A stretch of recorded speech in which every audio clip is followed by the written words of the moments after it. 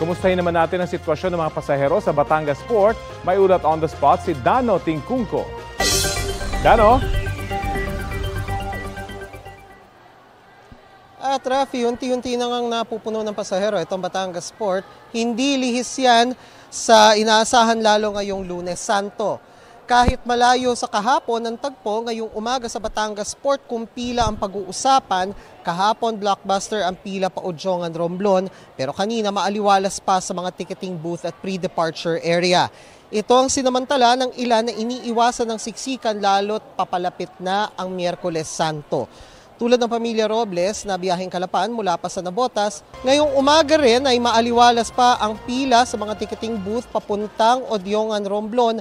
Malayo yan sa mga mahabang pila kahapon. Ayon sa ilang mga shipping line ay meron pang ticket pa Romblon ngayong umaga, kaya kung may plano, agahan na ang punta.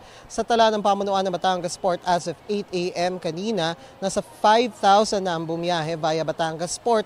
Malayo yan sa typical na 1,000 na passengers na paalis ng Batangas tuwing ordinaryong Lunes.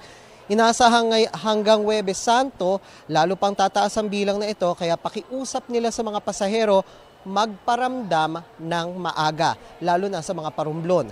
Nakausap na raw ng pamunuan ng Batangas Port ang isang shipping line para magpa-standby ng isang barko at meron na raw itong special permit para sumalo sa posibleng dagsa ng mga pasahero. Pero paano raw nila masasalo lahat kung last minute ang dating? Kaya pakiusap ng pamunuan ng Batangas Port sa mga biyahero, agahan na ang dating para makita nila kung gaano karami ang naghahanap pa ng biyahe.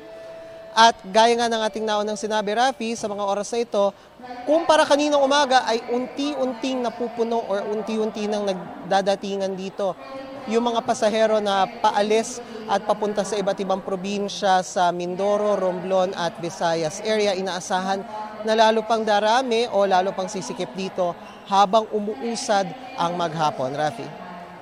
Maraming salamat, Dano Tingkungko.